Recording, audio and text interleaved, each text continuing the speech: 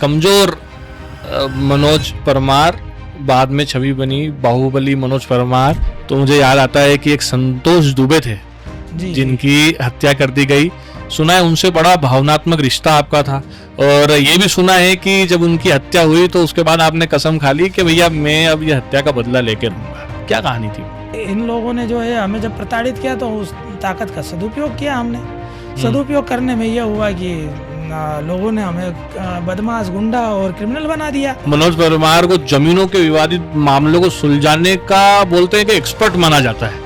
नहीं, निवेदन करते हैं हम तो, लोग मान जाते हैं, अच्छी बात है। हम तो निवेदन लगे इतना प्रभाव है कि निवेदन में काम। हाँ, हम तो प्रार्थना करते हैं कि भाई इनका प्लाट इनको दे दो, इनकी जमीन इनको दे दो, वो दे देते हैं, अच्छी बात है। आप मानते हैं कि आप एक्सपर्ट हैं इन मामलों में? ना, एक्सपर्ट नहीं है, हमारी प्रार्थना को स्वीकार करते हैं वो, उसके लिए उन सबका भी धन्यवाद है। रगों में बहती है जातियाँ, रक्त की तरह दौड़ती है जातियाँ। मैं अनुभवी हूँ इस मामले में कि मैंने लोगों के पत्थर भी खाए और मैंने लोगों को पत्थर खाते हुए बचाया भी, और मैंने ऐठा झूठा पानी, ऐठा झूठा खाना भी मेरे ऊपर फेंका गया है। अच्छा। मैंने शमशान होते हुए सड़क पे लाश जलाई भी है कि शमशान सामने है किंतु हम नहीं जला पा रहे हैं, हमने सड़क पे लाश जलाई है। राम मंदिर के सामने से हमारा दूल्हा निकल गया, राम के दर्शन नहीं कर पाए, ऐसे दृश्य हमारे सामने हुए कि हमारे अपने लोग लट लेके खड़े कि तुम राम के दर्शन करोगे तो हम तुम्हारी हत्या कर देंगे।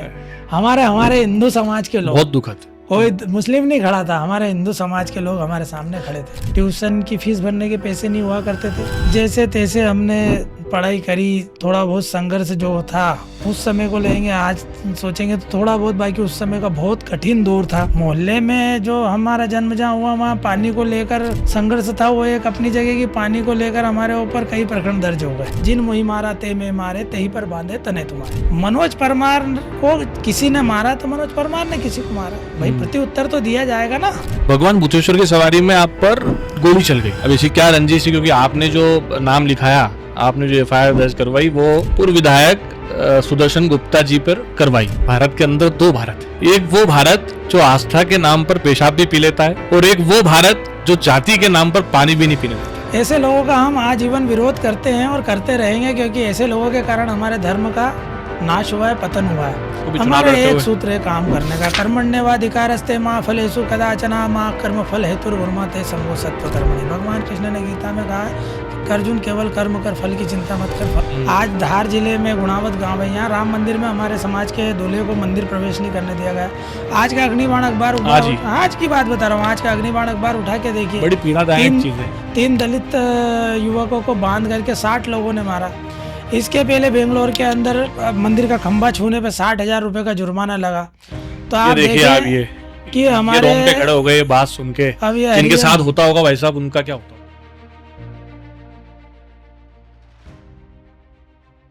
नमस्कार दोस्तों, आप सभी का स्वागत करता हूं मैं, आपका दोस्त प्रतीक सुभाष, एक बार फिर से हमारे चैनल पॉजिटिव एमपी में। आपने कभी सुना होगा, कभी भी ऐसा हुआ नहीं कि कोई भी नेता उसके दामन पे कोई दाग ना लगा हो। दामन पे दाग कभी ना कभी, कहीं ना कहीं किसी के, हर किसी के लग ही जाते हैं। और आजकल जैसा ट्रेंड चल रहा है कि बाहुबली पर्सनालिटी वाले लोग, जिनका समाज में बड़ा रुतबा है, नाम है, वो लोग नेतागिरी में जो है वो थोड़ा सा आगे बढ़ जाते हैं। लेकिन शून्य से स्टार्ट होकर किसी ने अपनी कहानी गढ़ी हो, तो मैं एक ऐसी शख्सियत से आपको आज मिला रहा हूं कि दामन में दाग लगे, कई बार बड़े विवादों में रहे, काफी केसेस लगे, कई बार जिले से बाहर भी रहना पड़ा। ये जो कहानियां थी जो हम सुनते आते थे उनके बारे में, कि एक बार ऐसा हुआ कि एक बड़ा गणपति क्षेत्र में एक शाही सवारी के बीच में गोली भी चली। क्या थी उस गोली चलने के पीछे की कहानी? जिस शख्स के बारे में आज मैं आपसे बात कर रहा हूं और मैं आपके सामने उनको रूबरू करवा रहा हूं, भली भांति आप सभी उनको जानते हैं, उनकी पर्सनालिटी को समझते हैं, लेकिन कई ऐसे छुपे हुए बिंदु हैं जिनके बारे में बात करना बहुत जरूरी है। और बहुत जरूरी इसलिए है, उसके पीछे एक शब्द है परसेप्शन। परसेप्शन की कहानी यह है कि परसेप्शन कितना भी बड़ा, कैसा भी क्यों ना हो, बदलता जरूर है। परसेप्शन हर इंसान का बदलता है। लेकिन जो आज की पर्सनालिटी हमारे सामने जो आज बैठे हैं हमारे बीच में। उनका परसेप्शन ऐसा बदला कि एक जमाने में उनको गुंडा तक कहा जाने लगा, कई केसेस लगे, परसेप्शन बदला, तो आज ये भी स्थिति है कि उनको आचार्य की उपाधि भी दी जाती है। और मध्य प्रदेश के, और मैं कहूं कि देश के बहुत बड़े नेताओं में से एक नेता, जिन्होंने भरे मंच से उनको महामंडलेश्वर की भी संज्ञा दे डाली। एक ऐसी शख्सियत हमारे सामने आज हमारे बीच में मौजूद है, हमारे स्टूडियो में मौजूद हैं, जिन्होंने निसहाय, असहाय, कितने ऐसे लोग, दबे कुचले लोग, जिनकी मदद करने कोई आगे आ नहीं पाता था, उनकी मदद जब करी तो उनके अंदर आत्मविश्वास का भाव इस तरह से बढ़ा जैसे कि कोई अगला तबका सीना चौड़ा करके 2 बटन आगे के खोल के दुनिया के सामने बिना डरे खड़ा हो जाता है। ये विश्वास का भाव और यही आत्मविश्वास का भाव कई लोगों के मन में, कई दबे कुचले लोगों के जीवन में भरने वाले एक ऐसे समाज सेवी कहें, नेता कहें, तथाकथित महामंडलेश्वर कहें और अब आचार्य कहें, हमारे बीच में मनोज जी परमार हमारे स्टूडियो में मौजूद हैं। भाई साहब, बहुत बहुत स्वागत है आपका। धन्यवाद, धन्यवाद प्रतीक जी। भाई साहब, आपके बारे में कई तरह की कहानियां जो है वो लोग कहते हैं, सुनते हैं, सुनाते आते हैं। हमने भी सुनी, बड़ा गणपति क्षेत्र के में वहां में 4-5 साल रहा, बहुत नाम सुना, मनोज जी परमार, मनोज जी परमार, मनोज परमार। उसके बाद देखिए भाई साहब, जब सोशल मीडिया का जमाना था नहीं, अब सोशल मीडिया का जमाना भी है। अब लोगों को कम से कम पर्सनालिटी निकल के आती है, समझ में आती है, बाहर आती है। पहले तो जो लोग अखबारों में छप गया, जो लोगों ने सुन लिया, बस वही होता था। मैं कुछ आपके प्रारंभिक जीवन के बिंदुओं पर भी बात करना चाह रहा था। सबसे पहले भाई साहब, आप बताएं कि बचपन जो है आपका वो कैसे बीता और कैसा बीता? बहुत ही संघर्षशील बचपन रहा है। माता पिता मजदूर थे, मजदूरी करके जीवन यापन करते थे। हमारे परिवार का छोटी सी झोपड़ी में निवास था। गणेशगंज एक मोहल्ला है जहाँ पानी का अभाव अधिकांश रहा करा। आसपास कुछ तथाकथित अहंकारी जिनको कहेंगे, कुछ जिनको अपनी जाति का गुमान था, पानी भरने को लेकर आए दिन संघर्ष करते थे। पानी नहीं भरने देते थे, पानी भरने को लेकर विवादित होते थे।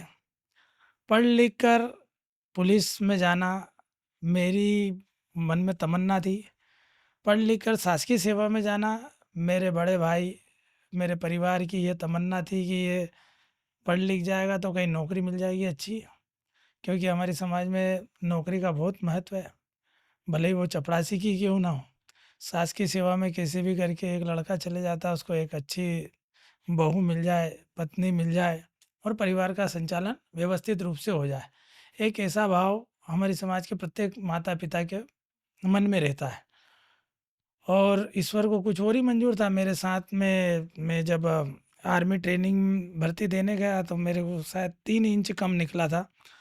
तो मेरी हाइट में 2 या 3 इंच कम निकला तो मैं आर्मी में भर्ती नहीं हो पाया। तो मेरे साथ के मेरे मित्र 2 लोग भर्ती हुए और वो दोनों रिटायर्ड भी हो चुके हैं, जिसमें से एक मेरे मित्र का देहांत हो गया और एक अभी जीवित है सुजालपुर में।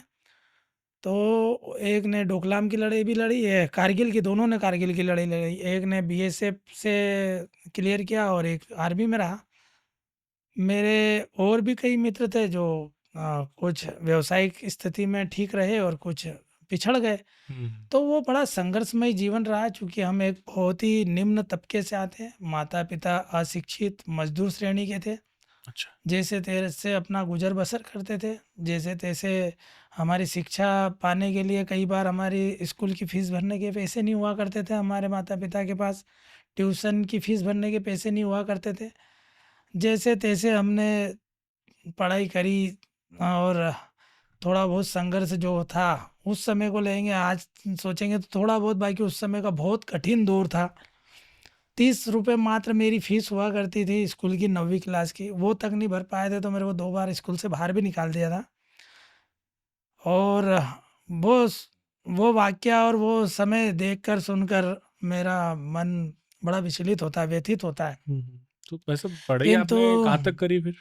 मैंने कॉलेज किया है। कॉलेज किया है? हाँ, महेश्वरी कॉलेज से डॉक्टर प्रोफेसर राजीव जी झालानी ने कॉलेज करवाया। उसके पहले हमारे कहानी कुब्जी स्कूल में मैंने 10th किया था, तो वहाँ पर हमारे सुनील जी जोशी सर रहे हैं। हम्म।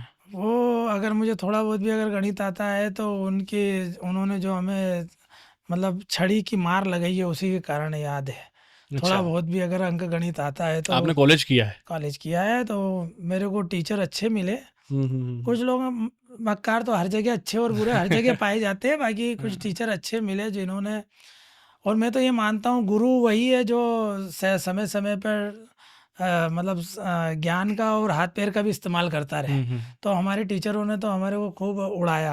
कहें तो समय पे मुर्गा भी बनाया, हाँ हाँ। स्केल भी मारे, और एक हम्म। बेशरम की बेत होती थी उससे मारते थे, तो हमारे को बहुत सारा ज्ञान उससे ही मिला है। उससे मिला। मैं तो उस बेशरम की बेत मारने वाले रावल सर, रावत सर, हमारे सुनील जी जोशी सर, हम इन सब का आज मैं जब थोड़ी बहुत भी भगवान ने सद्बुद्धि दी तो मैं उन सब का आभार व्यक्त करता हूँ कि इन लोगों ने हमारे को ठीक कर दिया, इस हम्म। लायक बना दिया कि हम लोगों के बीच में हैं। मनोज जी, पहली बार कब ऐसा लगा कि देश के अंदर सामाजिक असमानताएं हैं, या फिर आपने आपके परिवार, जैसे आपने पानी वाला किस्सा बताया, पहली बार कब ऐसा एक बोलते ना, एक बहुत जोर से भाव आना कि यार हाँ, ये गलत हो रहा है? जोर से भाव आने वाला ये था कि जब मैं जिला बदर था, हम्म। मैं अपने गुरु स्थान पे माँ मंदाकिनी के तट पे अध्ययन कर रहा था। हम्म। मेरे मन में बहुत इच्छा थी कि मैं संत बनूं, व्यासपीठ पे कथा पढ़ने का मेरा मन हुआ। अच्छा। मुझे कथा पढ़ना चाहिए, मेरी बहुत रुचि बचपन से अध्यात्म में रुचि है। मेरे माता पिता गुरुमुखी रहे। मेरे घर के पास में मतलब मैं भगवान भूतेश्वर महादेव मंदिर के से कुछ दूरी पर मेरा जन्म हुआ। शिव जी में मेरी बचपन से आस्था रही है, तो अध्यात्म तो शुरू से मेरे जीवन में रहा है। हम्म। और ज़्यादातर मेरे मित्र भी ब्राह्मण रहे हैं। हम्म। मेरे यहाँ पर सतचंडी, नवचंडी, रुद्राभिषेक, कनक धारा, शस्त्रा धारा सब होता है, सारे पूजन पाठ मेरे यहाँ होते हैं। तो मेरा मन शुरू से भजन पूजन में लगा रहता। तो क्या हुआ कि मैं संस्कृत सीखना चाहता था, व्यासपीठ पे बैठना चाहता था, अच्छा। कथा बोलना चाहता था। तो मैंने वो संस्कृत सीखने के लिए वहाँ पर एक स्थानीय एक स्कूल है, मैंने वहाँ पर एडमिशन लाने की कोशिश करी, तो उन्होंने मना कर दिया कि केवल ब्राह्मणों को हम संस्कृत सिखाते हम्म। हैं, और जो है यहाँ पूजन पाठ जो भी होता है, जो भी कर्म कांड है, वो हम केवल ब्राह्मणों को सिखाते हैं, हम अदर किसी को नहीं सिखाएंगे। तो वो बड़ा मन में बड़ा दुख हुआ कि यार आज हम भगवान की सेवा करना चाहते हैं, हम्म। भगवान की कथाओं को बाजार में हम भी बोलना चाहते हैं, हम्म। किंतु हमें अवसर ही नहीं दिया गया। व्यासपीठ से तो हाँ, इजाजत ही नहीं देते हैं शायद गैर ब्राह्मण को हाँ, गैर बोलने के लिए। ब्राह्मणों को नहीं दी जाती है ये। तब हम्म। मालूम पड़ा कि ऐसा भी होता है। मतलब हम्म। मोहल्ले में जो हमारा जन्म जहाँ हुआ वहाँ पानी को लेकर संघर्ष था, वो एक अपनी जगह की। पानी को लेकर हमारे ऊपर कई प्रकरण दर्ज हो गए। अच्छा, पानी को लेकर? पानी को लेकर ही हुए, शुरुआती पानी की लड़ाई रही। हमको पानी नहीं दिया जाता था, पानी भरने नहीं दिया जाता था। पहले जो ताकतवर लोग थे वो भरते थे पानी, अच्छा। हम लोग कमज़ोर ठहरे, मजदूर ठहरे, तो हम लोगों का आखिरी में नंबर आता था। और उसमें भी अगर नहीं मिला तो फिर उसके बाद जो हमारे साथ में द्वेषतापूर्ण व्यवहार होता था तो उसका प्रतिशोध किया। प्रतिशोध करने में अपराधी बन गए, ये कारण रहा। प्रतिशोध करने में अपराधी बन गए। और आप कह रहे हैं कि कमजोर मनोज परमार, बाद में छवि बनी बाहुबली मनोज परमार।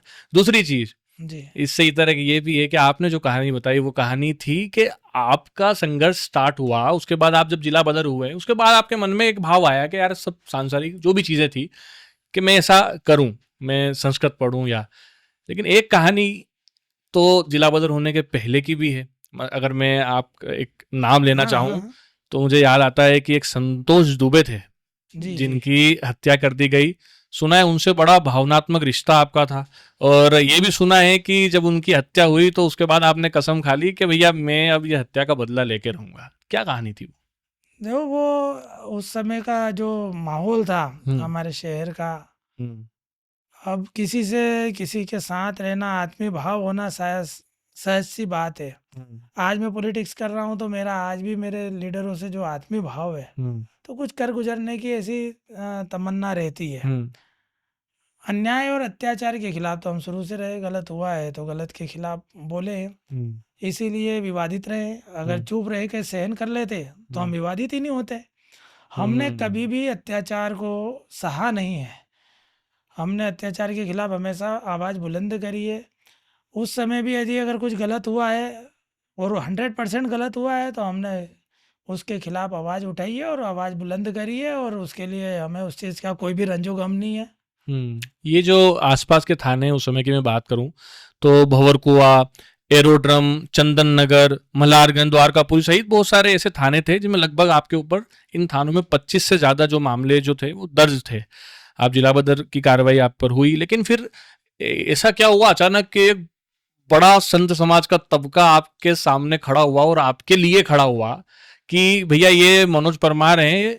उसमें अगर मैं आपको बताऊं तो महामंडलेश्वर कंप्यूटर बाबा जैसे लोग थे, बड़े संत थे, उनके साथ बहुत भी दूसरे बड़े संत थे, और उन्होंने बोला कि यार ये 5 वर्ष से तो अब मनोज परमार पे कोई केस है नहीं, लेकिन ये अच्छी राह में और अच्छे लोगों के बीच में जाना चाह रहे हैं, लेकिन पुलिस जाने नहीं दे रही है। देखो, मैं इसमें एक बहुत बढ़िया चीज़ आपको बताता हूँ कि आज से करीबन 15 साल पहले रूस में गीता पर प्रतिबंध लगाया गया था। अच्छा। गीता जी की पुस्तक को जो है प्रतिबंध लगा कर दिया था। गीता जी की पुस्तक ना पढ़ी जा सकती ना बांटी जा सकती रूस में। अच्छा। उसको लेकर मैंने हिंदुस्तान में सबसे पहला आंदोलन चालू किया था। और गीता हिंदू समाज का हृदय है, ऐसा मेरा मानना था। मैंने जैसा पहले से बताया कि मैं जो है अध्यात्म मेरे शुरू से है। उस समय मेरे साथ में आज हमारे बीच में नहीं है, परम पूजनीय महामंडलेश्वर लक्ष्मण दास जी महाराज थे। उन्होंने मंच से कहा था, जिन मोहि मारा ते में मारे, तेही पर बांधे तने तुम्हारे। मनोज परमार को किसी ने मारा तो मनोज परमार ने किसी को मारा, भाई प्रति उत्तर तो दिया जाएगा ना। भाई या तो आप जूते खाते रहो, मार खाते रहो तो बात खत्म। यदि आप पलट के वार करते हैं तो क्रिमिनल बन गए। हमने बताया कि पानी का विरोध किया तो क्रिमिनल बन गए। भाई हमने पहलवानी करी थी, हम कुश्ती लड़ते थे। हमारे बड़े भाई की इच्छा थी हम एक अच्छी पहलवानी करें और हम खेल जगत में नाम कमाए। खेल जगत के सहारे हम स्पोर्ट्स कोटे में रेलवे की नौकरी पा जाए, पुलिस विभाग में नौकरी लग जाए मेरी, या आर्मी कोटे में चले जाए, हम कैसे भी करके खेल कोटे में शासकीय सेवा में चले जाए। हमने कुश्ती इसलिए लड़ी थी, पहलवानी इसलिए करी थी, किंतु उसका इन लोगों ने जो है हमें जब प्रताड़ित किया तो उस ताकत का सदुपयोग किया हमने। सदुपयोग करने में यह हुआ कि लोगों ने हमें बदमाश, गुंडा और क्रिमिनल बना दिया। अब कोई कमजोर व्यक्ति, अब आपने किसी से प्लाट लिया और पूरे पैसे दिए, अब वो आपका प्लाट और किसी को भेज दे 4 लोगों को, तो आप क्या करोगे? आप जाओगे थाने पे, थाने वाले कोर्ट भेज देंगे, कोर्ट में तारीख पे आपने हमसे मदद मांगी, हमने उनसे बोला भैया देओ ना, इनका प्लाट है, आपने पूरे पैसे लिए। अच्छा, तो इस वजह से लोग कहते हैं कि मनोज परमार को जमीनों के विवादित मामलों को सुलझाने का बोलते हैं कि एक्सपर्ट माना जाता है। नहीं, निवेदन करते हैं हम तो, लोग मान जाते हैं, अच्छी बात है। हम तो निवेदन लगा इतना प्रभाव है कि निवेदन में काम। हाँ, हम तो प्रार्थना करते हैं कि भाई इनका प्लाट इनको दे दो, इनकी जमीन इनको दे दो, वो दे देते, अच्छी बात है। मतलब आप मानते हैं कि आप एक्सपर्ट हैं इन मामलों में? ना, एक्सपर्ट नहीं है, हमारी प्रार्थना को स्वीकार करते हैं वो, उसके लिए उन सबका भी धन्यवाद है। भगवान भूतेश्वर की सवारी में आप पर गोली चल गई, अब इसी क्या रंजिश थी? क्योंकि आपने जो नाम लिखाया, आपने जो FIR दर्ज करवाई, वो पूर्व विधायक सुदर्शन गुप्ता जी पर करवाई, और उनका एक धड़ा बहुत सारे लोग ऐसा बोलते थे कि नहीं यार ये तो मनोज परमार जी ने खुद के ऊपर गोली चलवा ली कंट्रोवर्सी क्रिएट करने के लिए, या फिर क्या रंजिश थी सुदर्शन गुप्ता जी से? ऐसा कुछ क्या हुआ था? वो घटना क्या थी? देखो, उस कालखंड को अपन याद करेंगे तो वर्तमान की दोस्ती में दरार आ जाएगी। और वर्तमान में हम सब अच्छे दोस्त, अच्छे मित्र बन चुके हैं, और उस घाव को बुरे हुए करीबन 12 साल हो गए। अच्छा। वो घाव को कुरेतेंगे तो मुझे लगता है कि उनका भी दिल दुखेगा और मेरा भी दिल दुखेगा। तो अपनी आत्मा को प्रसन्न करने के लिए किसी की आत्मा दुखाना, ये मेरे स्वभाव में नहीं है। तो इसलिए इस टॉपिक को अपन स्थगित करें तो बेहतर रहेगा। ठीक है। जो आपने बोला कि हृदय परिवर्तन हुआ जी, अब यहाँ तक की कहानी थी बाहुबली, और उस समय तक कि यार ये तो मनोज परमार है, बहुत बड़ा, लोग बोलते थे भाई गुंडे हैं, ये है वो है, यहाँ तक की कहानी हुई। अब ये जो हृदय परिवर्तन हुआ, ये जो अब ऐसा हृदय परिवर्तन हुआ कि आज अगर मैं आपसे बात कर रहा हूँ और जिस तरह से आपके मुखाग्र बिंद से आपकी भाषा में कहूँ कि जिस तरह के शब्द निकल रहे हैं, लोगों के जो है कानों तक पहुंच रहे हैं, उसको देखते हुए और आज की आपकी छवि को देखते हुए कोई ये मानने में बहुत संकोच करेगा कि यार ऐसा पास्ट जो है वो रहा है। अभी बड़े-बड़े नेता, बड़े-बड़े लोग आपको बिल्कुल सम्मान देते हैं। हमने देखा कई मंचों से बड़े आध्यात्मिक मंच हुए, वहाँ हर जगह आपका सम्मान होता है, आपका हृदय ऐसा परिवर्तन हुआ, आपने अपने आप के जीवन में इतना बदलाव लाया। और दूसरी एक चीज़ ये कि एक बड़े नेता कैलाश विजयवर्गीय जी का अगर मैं की बात करूँ तो कैलाश विजयवर्गीय जी ने आपके बारे में भरे मंच से ये भी कह दिया कि भैया मनोज परमार जिस तरह से श्लोक बोलते हैं ऐसे तो बड़े बड़े ब्राह्मण नहीं बोल सकते। और मैं तो बोलता हूँ कि मनोज परमार एक तरीके महामंडलेश्वर है।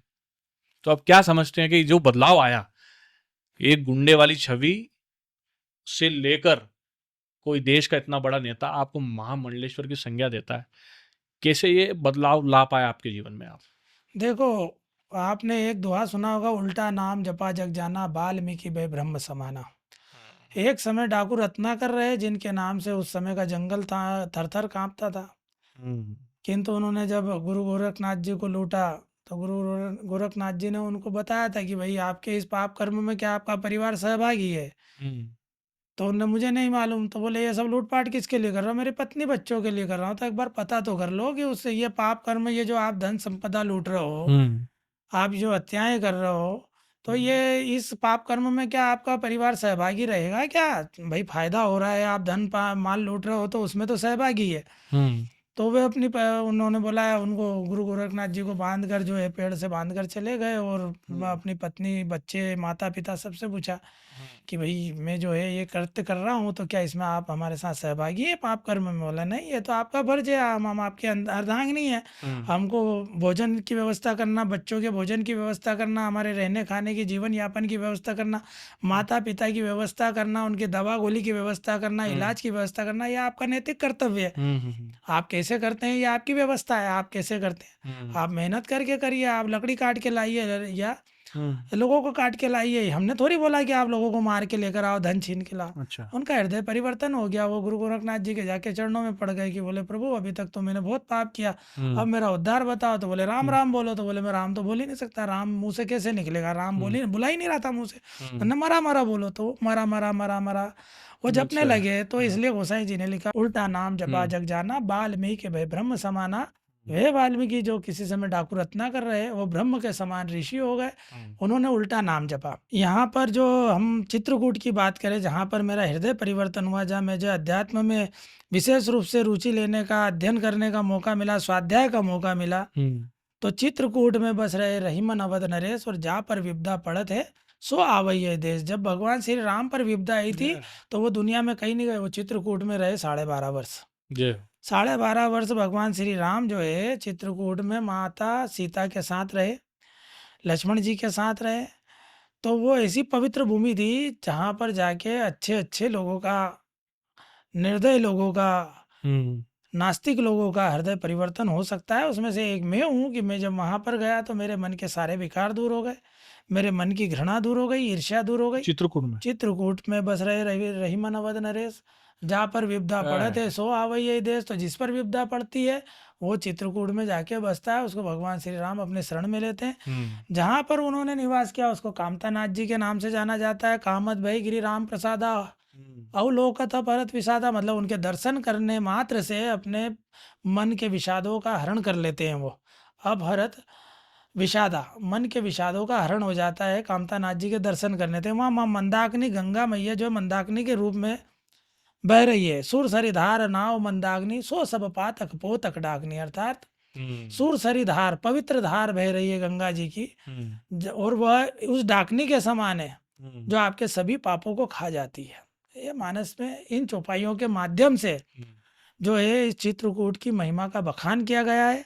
और इस चित्रकूट की महिमा का बखान में तो मेरे जीवन में जो परिवर्तन हुआ उसमें सबसे बड़ा हाथ अध्यात्म का है। तो अध्यात्म की जो अनुभूति हुई, स्वाध्याय किया, अध्ययन किया, वो मैंने माँ मंदाकिनी के तट पे गुरुदेव ब्रह्म ऋषि नंदन बाबा जी के सानिध्य में मैंने चित्रकूट में प्रवास करते हुए किया। वहीं से मेरा हृदय परिवर्तन हुआ, वहीं से मेरी ईर्ष्या, काम, क्रोध, लोभ, मोह, माया, तृष्णा, ईर्ष्या सब दूर हुई, है ना।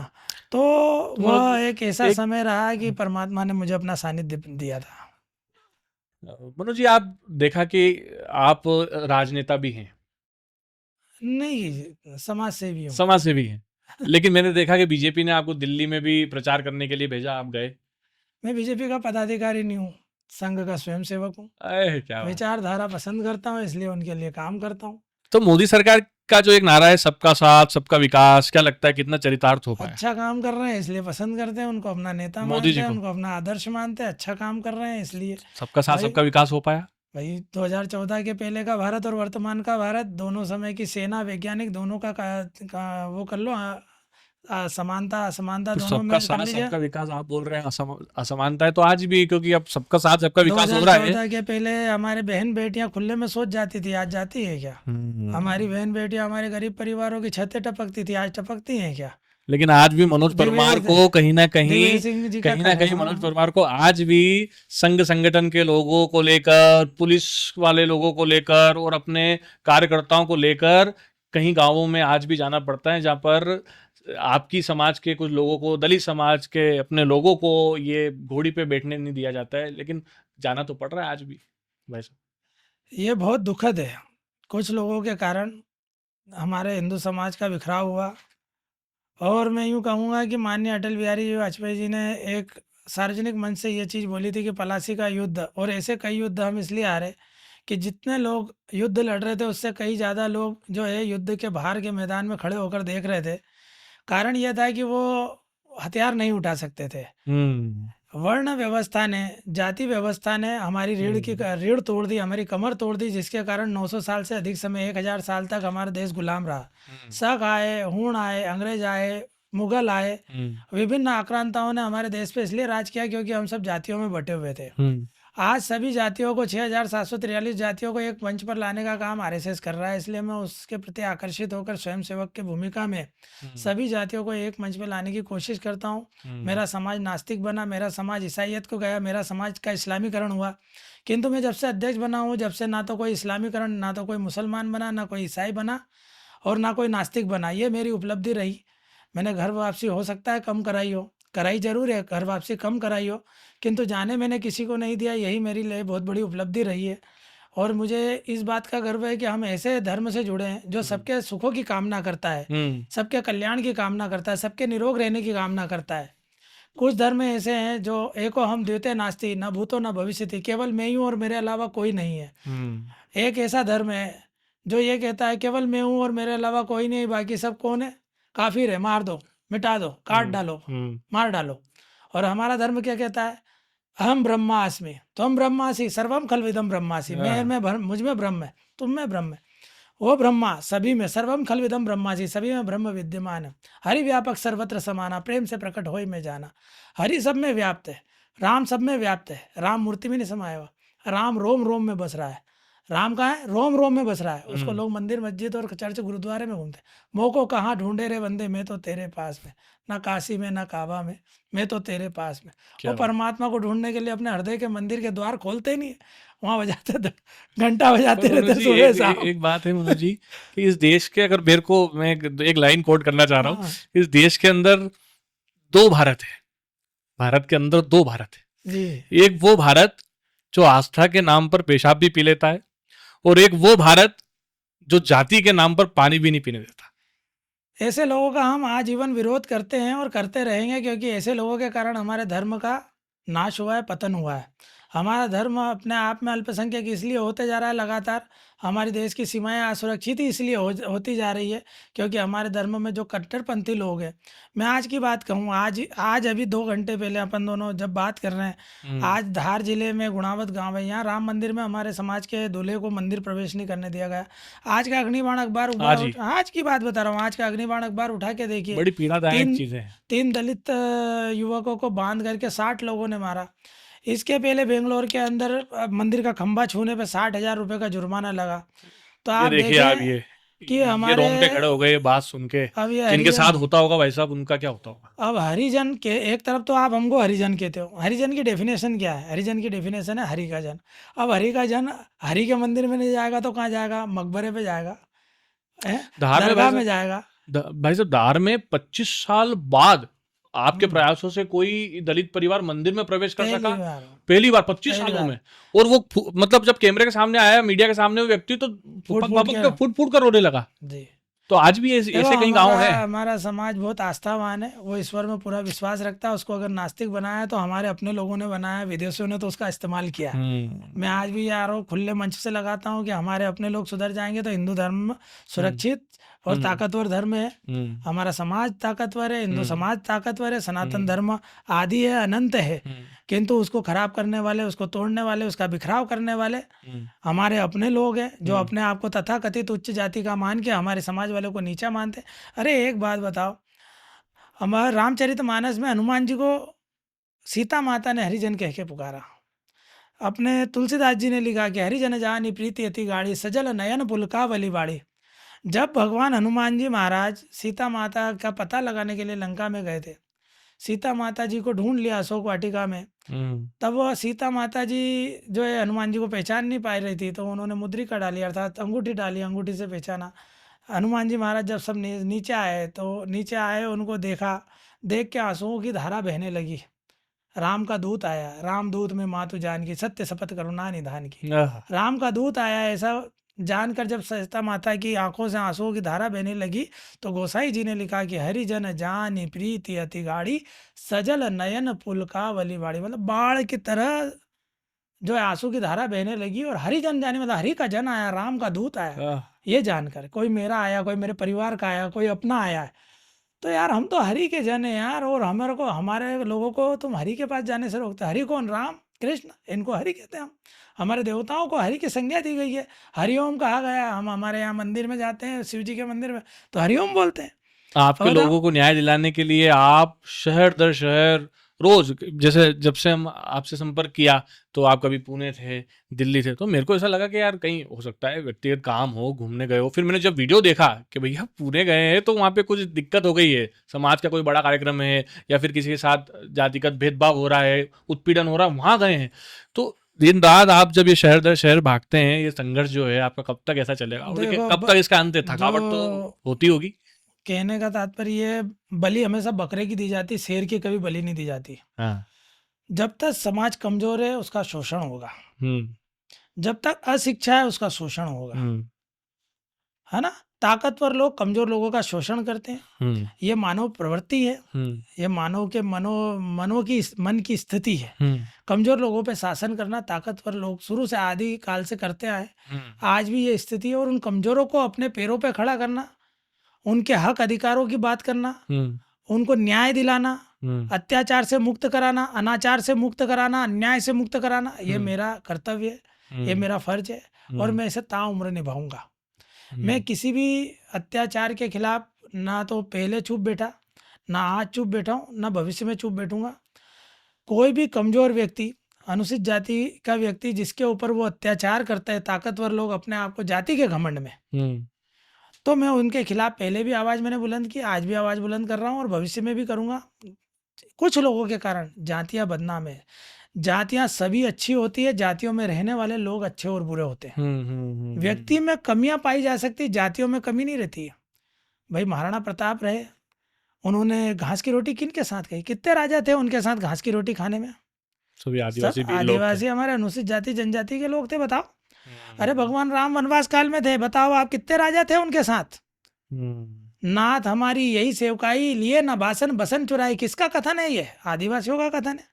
पूरे समय कौन थे? आदिवासी, कंदराओं में रहने वाले, गिरिवर कंदराओं में रहने वाले लोग। गिरिवर कौन? पहाड़ों पे रहने वाले लोग। कंदराओं में कौन? गुफाओं में रहने वाले लोग। कौन गुफाओं में कौन रहेगा? अनुसूचित जाति जनजाति के लोग, अज्जा जज्जा के लोग। पहाड़ों पे कौन रहता है? अज्जा जज्जा के लोग। महलों में रहते क्या हमारे लोग? झोपड़ियों में पाए जाते हैं, कंदराओं में पाए जाते, पहाड़ों पे पाए जाते। भगवान श्री राम के साथ वही रहे।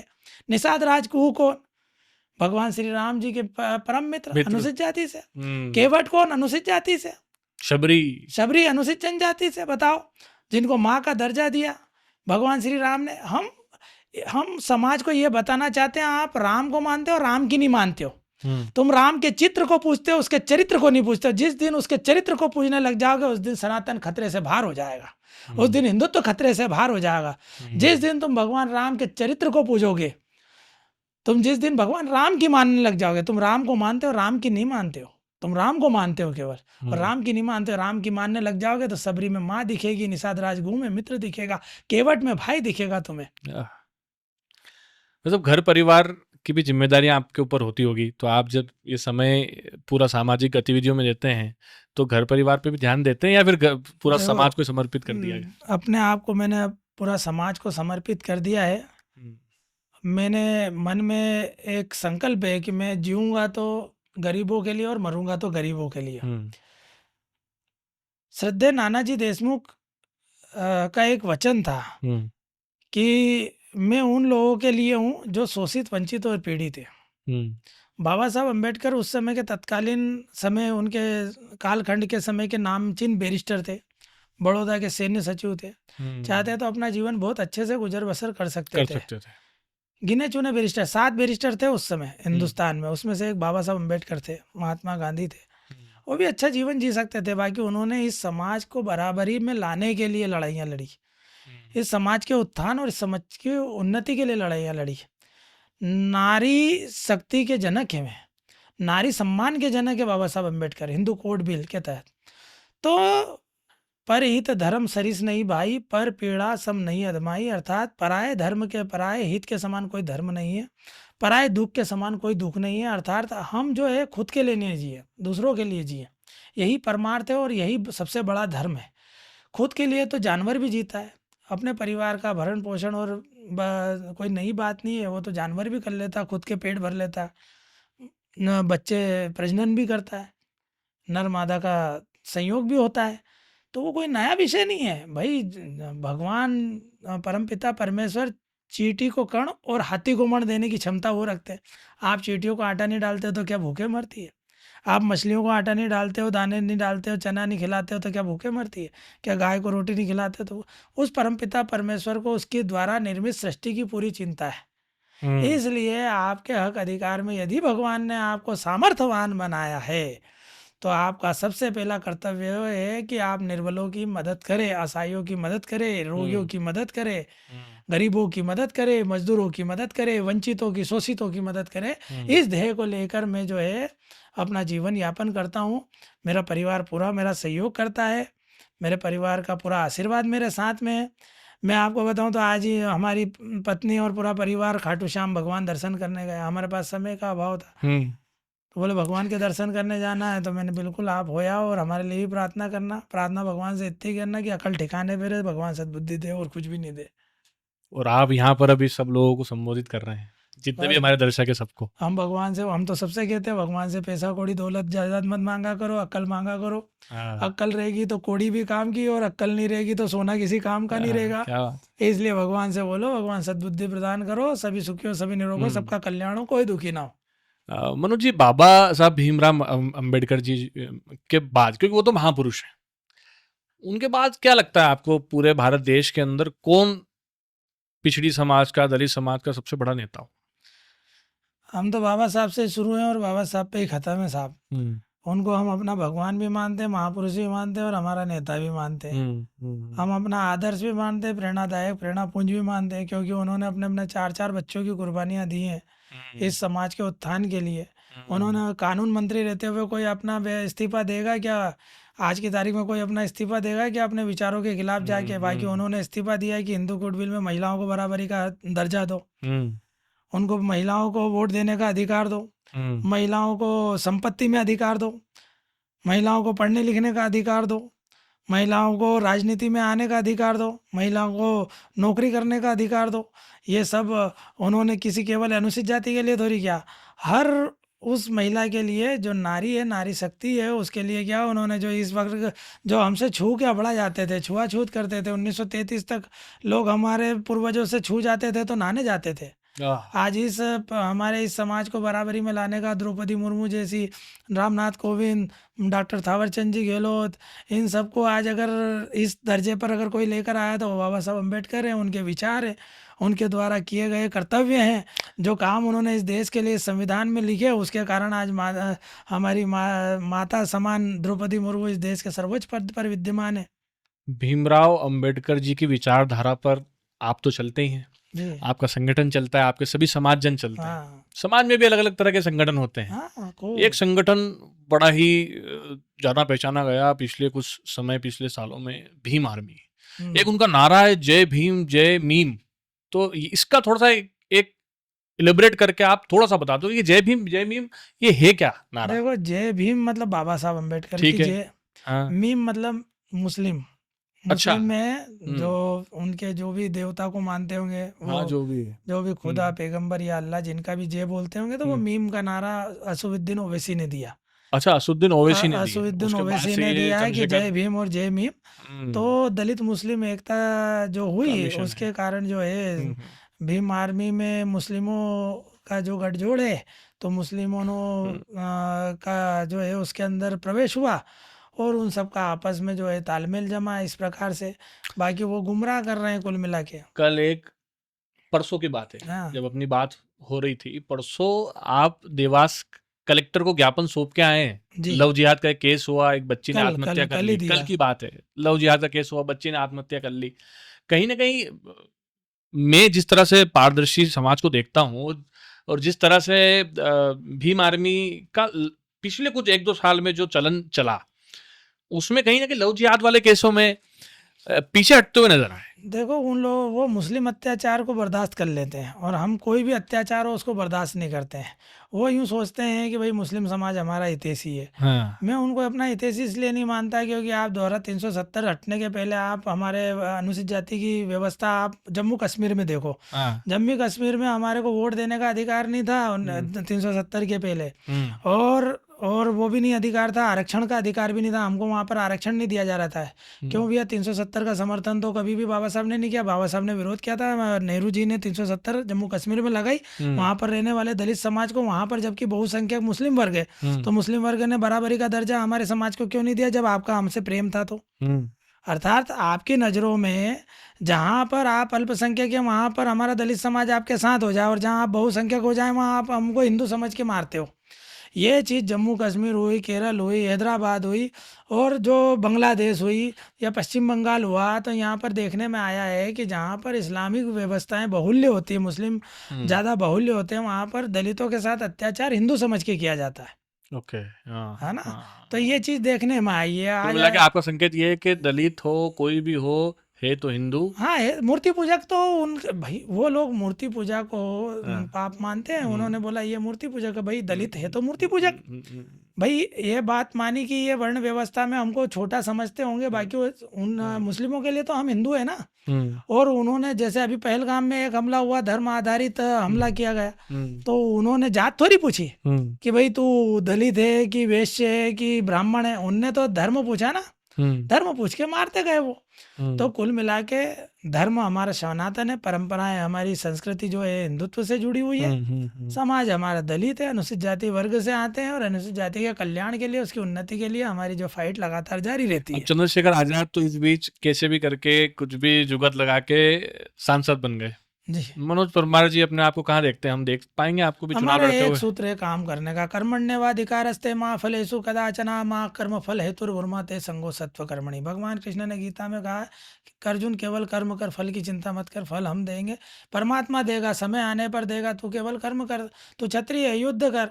वैसे ही मेरा काम है गरीबों की सेवा करना, मैं सेवा कर रहा हूँ। जब किसी की इच्छा होगी, ऊपर आला कमान देख रहा है, अगर होगा उनको लगेगा ये योग्य है तो अवसर दिया जाए तो ठीक है, और अगर उनको लगेगा अयोग्य है, अवसर नहीं देना, नहीं दे, कोई बात नहीं। मेरे मन को संतुष्टि है गरीबों की सेवा करने में। मनोज जी, क्या आपको लगता है कभी ऐसा भी हुआ है कि जो एट्रोसिटी एक्ट है उसका कहीं गलत इस्तेमाल भी हो जाता है? कहीं कहीं प्रकरणों में आपसी रंजिश में लोग केस लगा देते हैं, फायदा उठा लेते हैं। मैं आपसे पूछता हूँ, ऐसी कौन सी धारा है जिसका दुरुपयोग नहीं होता? बताओ। दहेज प्रथा का नहीं होता, 376 का नहीं होता, 302 का नहीं होता, 307 का नहीं होता। किस धारा का दुरुपयोग नहीं होता? एक धारा बताओ। एट्रोसिटी तो नाम से बदनाम हो गई। अरे भैया, एक जनरल वाला दूसरे जनरल वाले पे लगाने के लिए अपने नौकर को तैयार कर देता साहब। एक जनरल वाला अपने नौकर को तैयार कर देता। और आजकल तो 376 को उसका हथियार बना लिया गया है कि मकान मालिक मकान खाली नहीं होता तो कहीं से भी वो अरेंज करता है काल गर्ल को और 376 लगा के उसके वो मकान खाली करवाता है, वसूली करवाता है। तो आप बताओ, 307 का भी दुरुपयोग हो रहा है, 376 का भी दुरुपयोग हो रहा है। लिव इन रिलेशनशिप में रहने वाले आज किसी जेल की संख्या देखो, अगर 3000 कैदी है तो उसमें से 2000 से ज्यादा कैदी तो 376 में क्यों बंद है भैया? क्यों बंद है? इसके पीछे एनालिसिस करिए ना आप कि जब लिव इन रिलेशनशिप में रह रहे हैं, सब राजी मर्जी से उन लोगों का व्यवहार हो रहा है, उन लोगों के बीच में सामाजिक जो भी समागम हो रहा है उन दोनों की राजी मर्जी से हो रहा है, फिर वो कैसे रेप की पृष्ठभूमि में आ गया। कुल मिला के धाराओं का दुरुपयोग, हर धारा का दुरुपयोग हो रहा है। कोई एक व्यक्ति मारता है, उसके बड़े भाई को उलझा दिया जाता है। मेरे साथ भी हुआ, मेरा झगड़ा हुआ, मेरे दोनों बड़े भाइयों को उलझा दिया गया। मेरे दोनों बड़े भाई दोनों निर्दोष थे, उन्होंने भी जेल काटी मेरे चक्कर में बेचारों ने। उनका कोई अपराध से कोई लेना देना नहीं था। तो ऐसे कई लोग हैं जो निर्दोष लोग हैं, हजारों की संख्या में जो जेल काट रहे हैं। उनके रिश्तेदारों के कारण, किसी के भाई ने करा है अपराध तो जेल काट रहे हैं, कोई किसी के रिश्तेदारी के कारण जेल काट रहा है। तो ऐसे निरपराध लोग हैं कि सास बहू की लड़ाई में जेठानी भी फंस जाती है। दहेज प्रथा में पति पत्नी की लड़ाई हुई, पति ने पत्नी को मारा तो पत्नी ने बोला जेठानी ने भी मारा, ननंद ने भी मारा, जेठ ने भी मारा, और ननंद ने पैसे मांगे, इनने कार मांगी, इनने 2 लाख मांगे, पूरा परिवार जेल चले जाता है साहब। तो हर तरह की धारा का दुरुपयोग हो रहा है, हर धारा का दुरुपयोग हो रहा है। एट्रोसिटी का भी हो रहा है, तो दहेज प्रकरण का भी हो रहा है, 307 का जानलेवा हमला का भी हो रहा है, 302 का भी प्रकरण हो रहा है। आप देखो कहीं मर्डर हो जाता है, मर्डर किया एक जने ने, पता करते हैं कौन कौन थे भैया इसके, जो इसको छुड़ाने वाले कौन कौन है, उन सबको उलझा दिया जाता है। उनके परिवार में कौन है कमाने खाने वाला, उसको उलझा दिया जाता है, उस पूरे परिवार को बर्बाद कर देते हैं ये लोग। पर मनोज जी, क्या आपको लगता है कि देश में जातिवाद जो है वो खत्म हो पाएगा? क्योंकि एक उसके पीछे एक फैक्ट है, और फैक्ट ये है कि अब जैसे देखते हैं हम कि यूपी, बिहार, बहुत सारी जगह ऐसी है जो मुद्दा मेन जातिगत लड़ाइयाँ, चुनाव सब जगह होते हैं ना, जातिगत आधार पर टिकटें भी बांटी जाती है। तो अब जब मुद्दा ही जाति का है तो फिर ये खत्म कैसे होगा? क्योंकि वो मतभेद तो फिर होना ही है। तो मैं कड़वी बात बोलूं इस मंच से, बोलो। कि जाति तो है, जाति ऐसी है जो कभी नहीं जाती। अच्छा, जाति ऐसी है जो कभी नहीं जाती। जान चली जाती है किंतु जाति नहीं जाती। जान चली जाती है किंतु जाति नहीं जाती। बिल्कुल सही, बिल्कुल सही। तो आप समझ लो क्या स्थिति है जाति की। रगों में बहती है जातियां, रक्त की तरह दौड़ती है जातियां। ये मेरा एक्सपीरियंस है, मैं अनुभवी हूँ इस मामले में, कि मैंने लोगों के पत्थर भी खाए हैं, और मैंने लोगों को पत्थर खाते हुए बचाया भी है, और मैंने ऐठा झूठा पानी, ऐठा झूठा खाना भी मेरे ऊपर फेंका गया है। अच्छा। मैंने शमशान होते हुए सड़क पे लाश जलाई भी है, कि शमशान सामने है किंतु हम नहीं जला पा रहे हैं, हमने सड़क पे लाश जलाई है। राम मंदिर के सामने से हमारा दूल्हा निकल गया, राम के दर्शन नहीं कर पाए, ऐसे दृश्य हमारे सामने हुए हैं कि हमारे अपने लोग लट लेके खड़े कि तुम राम के दर्शन करोगे तो हम तुम्हारी हत्या कर देंगे।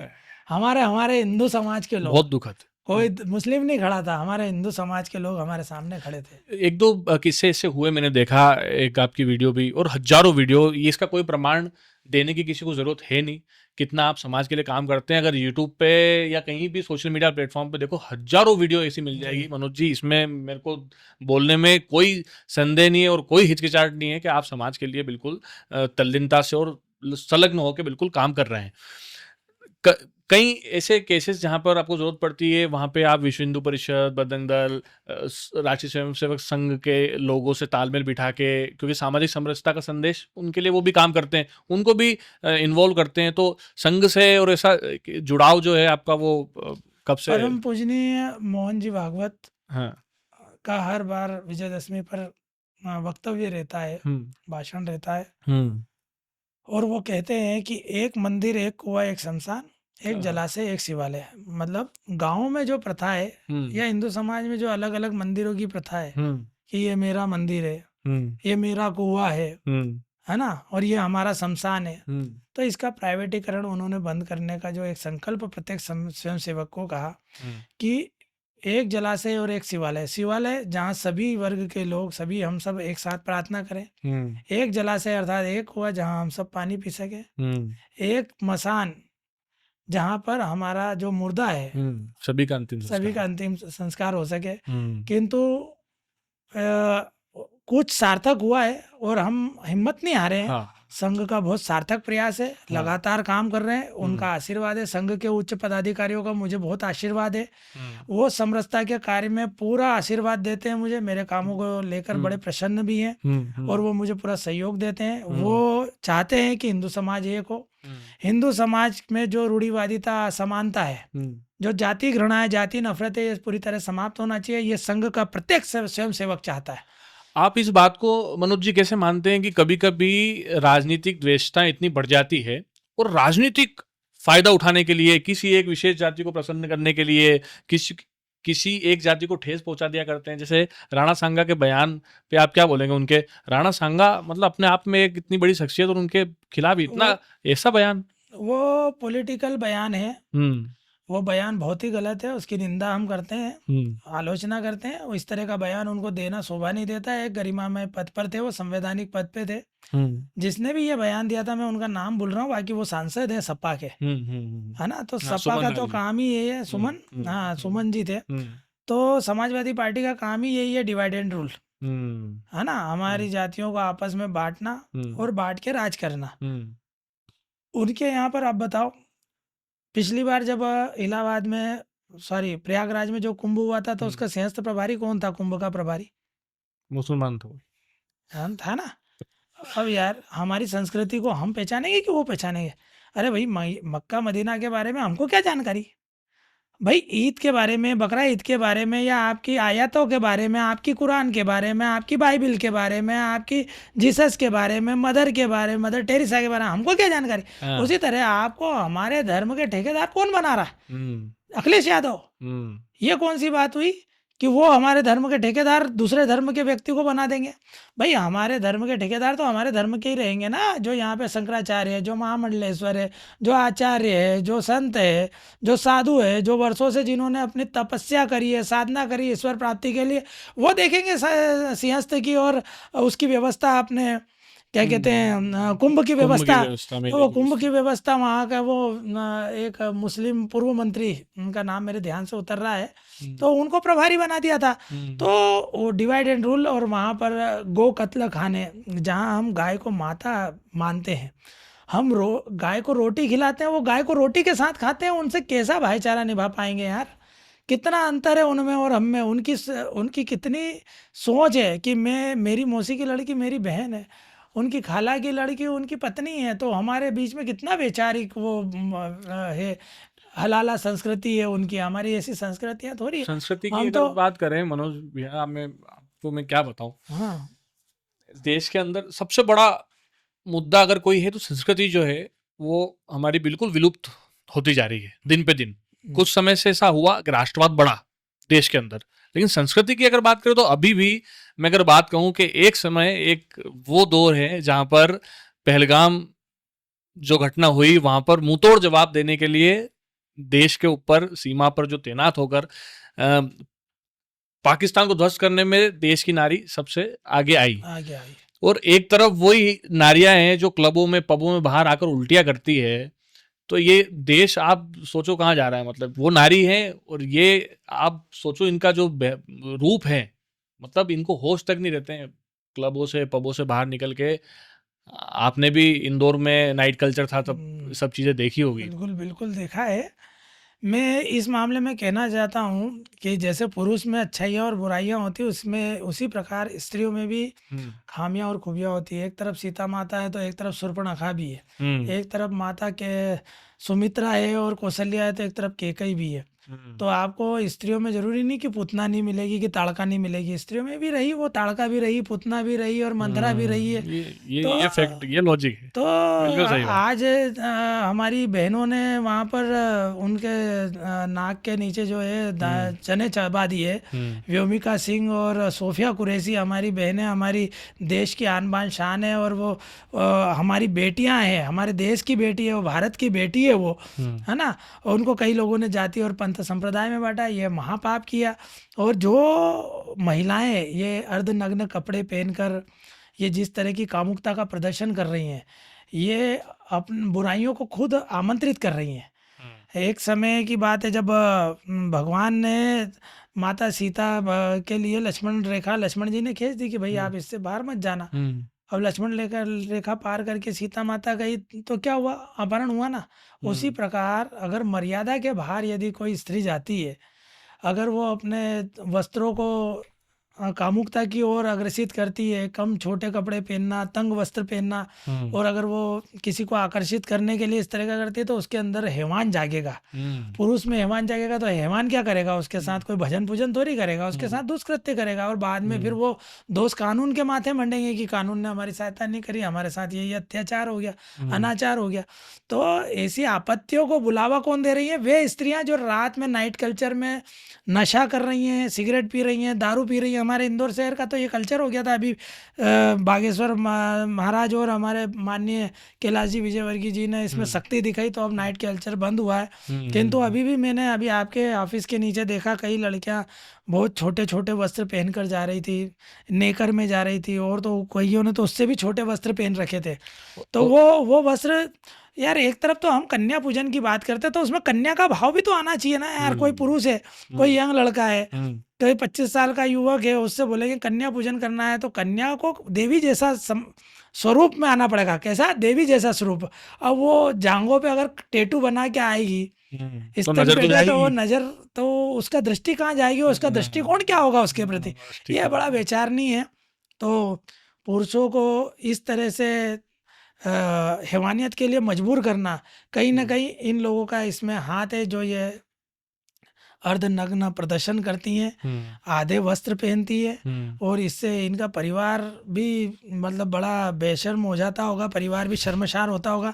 मैं तो सोच के बड़ा हैरान हूँ कि उस पिता पे क्या गुजरती होगी अगर वो देखता होगा। तो वैसे तो उनको मालूम ही नहीं पड़ता होगा, और अगर पड़ता होगा तो भगवान जाने वो किस स्थिति में होगा, है ना। तो माता पिता पे क्या गुजरती होगी, और माता पिता क्या संस्कार दे रहे हैं यार, क्या अनुशासन दे रहे हैं कि इस तरह के कपड़े पहनकर जा रही हैं कि वो उनसे हम बात करें तो वो हम बदनाम हो जाएं, अगर उनसे अगर वार्तालाप करें तो।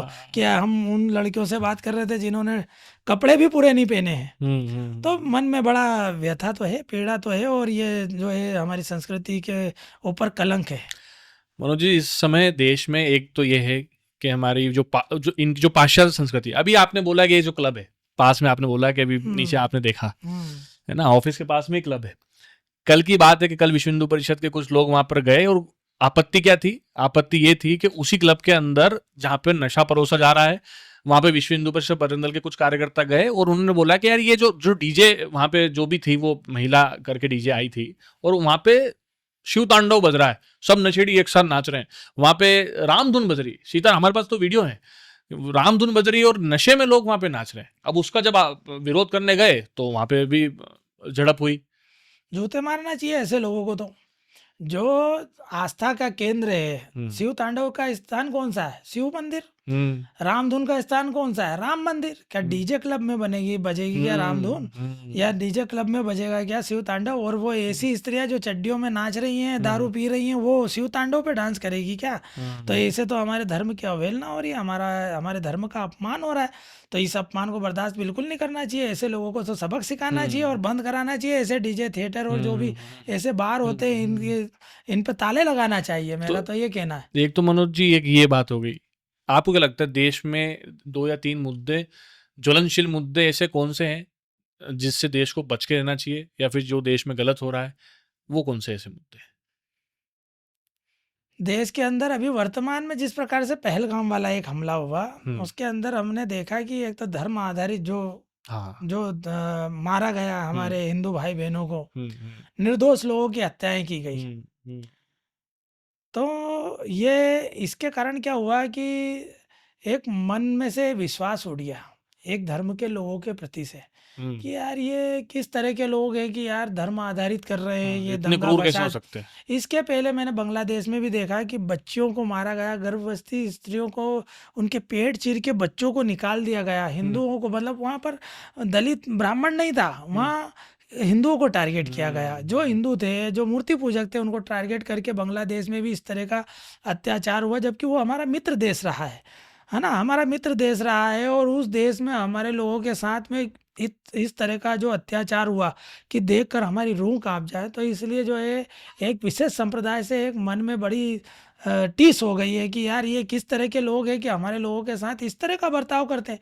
आज ये तो यहाँ तो बहुसंख्यक हैं, अगर बहुसंख्यक नहीं, जहाँ पर हम अल्पसंख्यक है बांग्लादेश में, जहाँ पाकिस्तान में हम अल्पसंख्यक है, जहाँ कश्मीर में हम अल्पसंख्यक है, जहाँ केरल में हम अल्पसंख्यक हैं, वहाँ पर हमारी बहन बेटियों के साथ कैसा दुराचार अत्याचार होता, उनकी खरीदी बिक्री होती, उन्हें गुलाम बनाया जाता, उन्हें सीरिया भेजा जाता, आतंकवादियों को परोसा जाता है। तो ये फिल्में भी देखी हमने, वो केरल फाइल भी देखी हमने, कश्मीर फाइल भी देखी, और जीता जागता उदाहरण बांग्लादेश और पहलगाम देखा, तो मन बड़ा दुखी है और पीड़ित है। एक विशेष समुदाय के प्रति इस तरह का आचरण करना उनको शोभा बिल्कुल नहीं देता। उनके मन में जो इस देश के प्रति जो मातृ भाव होना चाहिए, देश के प्रति जो भक्ति होना चाहिए, श्रद्धा होना चाहिए, आस्था होना चाहिए, कहीं ना कहीं वो शंका के घेरे में आते हैं। आप देखो हमास, मैं अंतर्राष्ट्रीय स्तर पर देखूंगा, एक संगठन है हमास, आतंकवादी संगठन है। इजराइल पे निर्दोष लोग, 1900 लोग निर्दोष लोग मारे उन लोगों ने बम बरसा के, बदले में उनने भी मारे गाजा पट्टी में, वो रोज मार रहे हैं, वो भी मार रहे हैं, तो प्रत्युत्तर तो देंगे भैया। अब वो इजराइल के निर्दोष लोगों को मार रहे हो आप, हमास ने मारा, इजराइल में लोग मरे, और इजराइल ने पलट के हमला करा तो हमास के आतंकवादी मरे, तो उसकी शोक सभा कहाँ हुई आप मानोगे?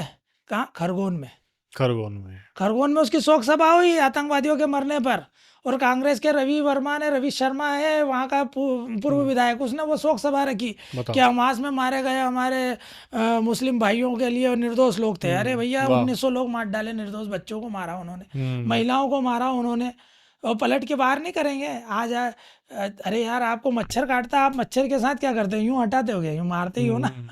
तो इनकी इतने देश के अंदर यही दिक्कत है कि इतनी हिम्मत जो इनकी हो जाती है कि भाई किसी कॉलेज में देश विरोधी नारे लग गए, अफजल के समर्थन में नारे लग गए, अफजल हम शर्मिंदा है, तेरे कातिल जिंदा है। इस देश के अंदर ही हो रहा है सब।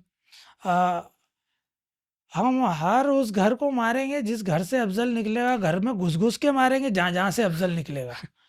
हम तो ये कहते हैं कि अगर ऐसे लोग कहते हैं कि भारत तेरे टुकड़े होंगे इंशाअल्लाह, तो ऐसे लोगों की जुबान खींच ली जाएगी, जुबान नोच ली जाएगी, और उनको इस देश में रहने का बिल्कुल हक नहीं है।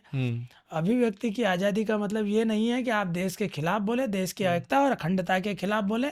उसके प्रति अगर देश के खिलाफ कोई बोलेगा तो उसे 3 फीट जमीन के भीतर गाड़ देना चाहिए। हमारा तो ये विचार है।